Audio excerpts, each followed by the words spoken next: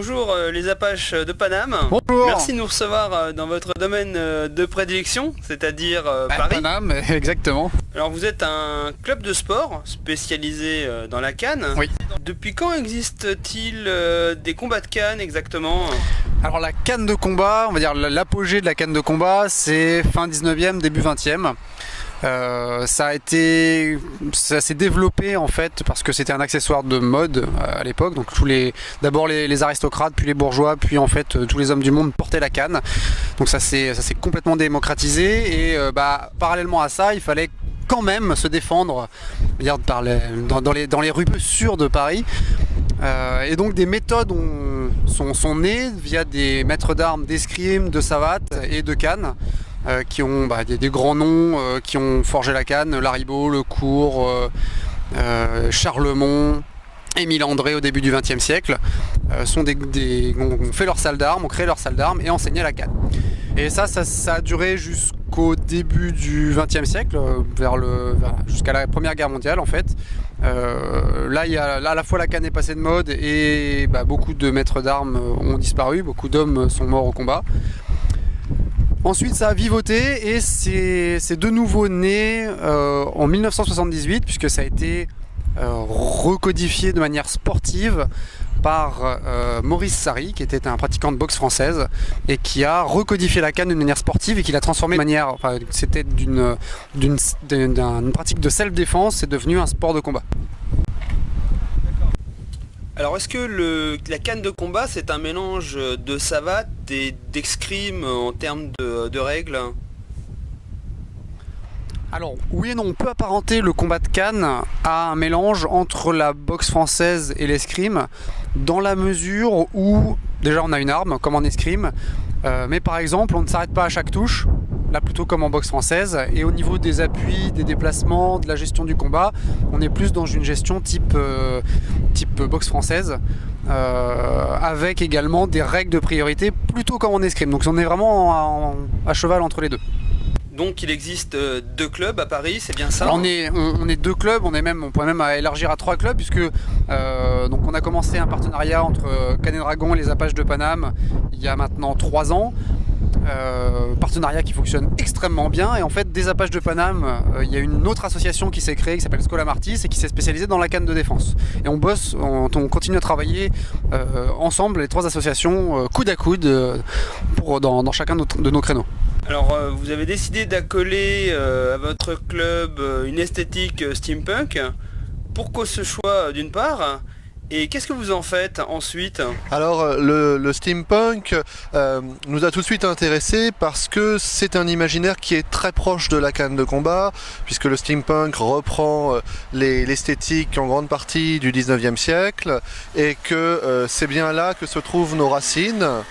Donc c'est là que s'est déroulé l'âge d'or de la canne, et c'est assez intéressant de voir si le steampunk reprend cette période qui correspond à l'âge d'or de la canne pour proposer d'autres déterminants de société technologique, et quelle place aurait la canne au milieu de tout ça, puisque c'était une pratique tout à fait quotidienne, très très pratiquée, et donc ça apporte à la fois une partie sportive au steampunk, une esthétique du mouvement, et à la canne ça permet de rapporter un imaginaire qui est moderne, là où à l'intérieur du milieu on a 2 tendances dans la canne, des gens qui vont plutôt vers une vision de la canne très liée aux Brigades du Tigre, très liée à Sherlock Holmes, très liée à Arsène Lupin, c'est-à-dire vraiment l'imaginaire historique, et puis une autre mouvance qui cherche au contraire à s'abstraire des déterminants historiques pour aller vers des pratiques des imaginaires beaucoup plus modernes. Donc le steampunk nous permet vraiment de remettre en place un imaginaire à la fois très fidèle à nos origines et à la fois très moderne et très riche en termes de mystique, d'imaginaire, pour inscrire cette pratique dans quelque chose de plus large que simplement le sport. Vous participez aussi à beaucoup d'événements, je crois, Alors, en steampunk justement. effectivement, au niveau steampunk, ça fait maintenant 2-3 ans qu'on travaille sur le sujet. On a déjà participé à Geekopolis, on était au Salon Fantastique et on a commencé à se rapprocher de plusieurs associations de steampunk pour essayer de voir justement comment la Cannes pourrait trouver sa place et qu'est-ce qu'elle pourrait apporter au mouvement steampunk. Alors en termes de technicité, existe-t-il différents types de combats dans le combat de Cannes? Alors la canne dite de combat, donc officielle du CNCCB, du Comité National de Cannes de Combat et Bâton, qui dépend de la Fédération Française de Savate. Il y a 6 attaques codifiées, donc qui sont des attaques d'une grande amplitude, qui conservent, on va dire, l'origine de l'arme contondante, puisque les cannes sont des armes contondantes, et la codification a conservé cette amplitude au niveau de la gestuelle.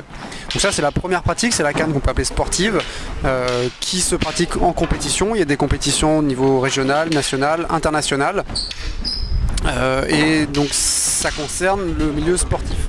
La deuxième approche, qui est celle de la canne de défense, qui renoue avec les origines de la canne, c'est-à-dire l'autodéfense avec une canne, comment se défendre avec une canne, comment se défendre contre plusieurs adversaires, comment se défendre contre des couteaux ou d'autres armes, en y mêlant une pratique moderne évidemment pour se rapprocher de l'autodéfense dans la rue telle qu'elle est aujourd'hui. Et puis on peut terminer par la canne de spectacle, qui va prendre déjà dans ces deux approches et puis qui va rajouter d'autres possibilités, puisqu'il n'y a plus d'attaque codifiée, donc on peut élargir le spectre de la gestuelle. On peut chorégraphier ou pas les combats, on peut s'approprier un univers ou un autre, par exemple le steampunk. Il y a d'autres associations de cannes de combat qui se rapprochent plus de l'univers Star Wars, et donc mettre ça en scène avec ou sans chorégraphie, de façon à proposer un spectacle à un public. Désarmement spécial Jean-Pierre Julémont, une attaque verticale, coincer la canne, les deux parallèles, coincer les doigts entre les cannes, et ensuite, une fois que l'adversaire est désarmé, un fouetté au niveau du flanc à vitesse réelle. Alors libération sur saisie, Kevin va attraper l'épaule de Zippo, Zippo détourne l'attention de Kevin, puis il va passer sa canne derrière son poignet, il l'attrape avec son autre main et il descend en roulant vers le bas, ce qui est extrêmement douloureux. Alors, première attaque, une des 6 attaques de canne de combat, une des 6 attaques officielles de canne de combat, latéral extérieur, donc c'est une attaque horizontale, une grande amplitude, et l'attaque cible là la tête, peut cibler également les flancs ou les jambes, si jamais il y a une fente également, couplée avec une fente. Attends, stop, vitesse réelle. À vitesse réelle, les 3 hauteurs, tête, flanc et jambes. Autre attaque de canne de combat, attaque verticale cette fois-ci, brisée, qui termine au-dessus de la tête de son adversaire, et la parade avec une canne horizontale au-dessus de la tête pour se protéger.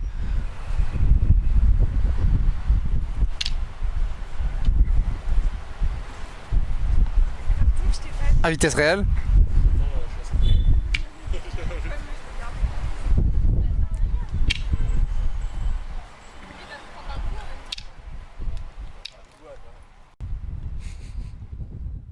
Alors vous êtes en compétition assez régulièrement, comment ça se déroule et quels sont les résultats? Alors les compétitions se déroulent souvent au niveau national, puisqu'on est environ entre 2500 et 3000 pratiquants. Donc on se regroupe souvent sur des événements d'ampleur nationale. Il y a les internationaux de France, le championnat de France, et puis ensuite des compétitions, ça c'est des compétitions individuelles. Il y a des compétitions également par équipe, pour citer les Titi parisiens, le Miladiou, le Bazataeg, qui ont lieu à chaque fois dans des secteurs de la France et qui permettent de se déplacer, de rencontrer d'autres tireurs d'horizons différents. Alors nos clubs préparent aussi effectivement à la compétition, et puis au fur et à mesure des années, nos différents pratiquants ont progressé. Aujourd'hui, une de nos monitrices est double championne du monde. Il s'appelle Selena Claudin-Mabir, donc entraînée au club, mais aussi entraîneuse au club. Nous avons cette année Loïc Minot qui a fini champion de France en deuxième série. Et puis au fur et à mesure des années, plusieurs tireurs ont accédé à la première série. Loïc Minot donc à partir de l'année prochaine, Aurélien Falconet depuis 2 ans. Et puis dernier résultat assez exceptionnel parce que la première série est quand même une série très très difficile. Une 3e place pour Xavier, le jeune, en première série. Donc une très très belle réussite. Voilà, nous avons d'autres compétiteurs qui participent régulièrement aux compétitions et qui commencent à s'installer sérieusement dans la 2e série.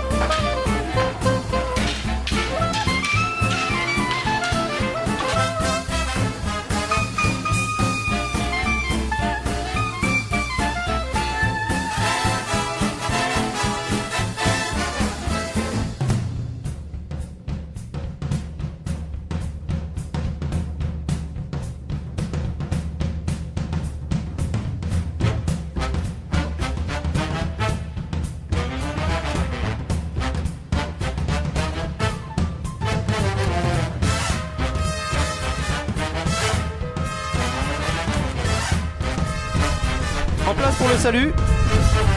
Prêt pour le salut. Saluez.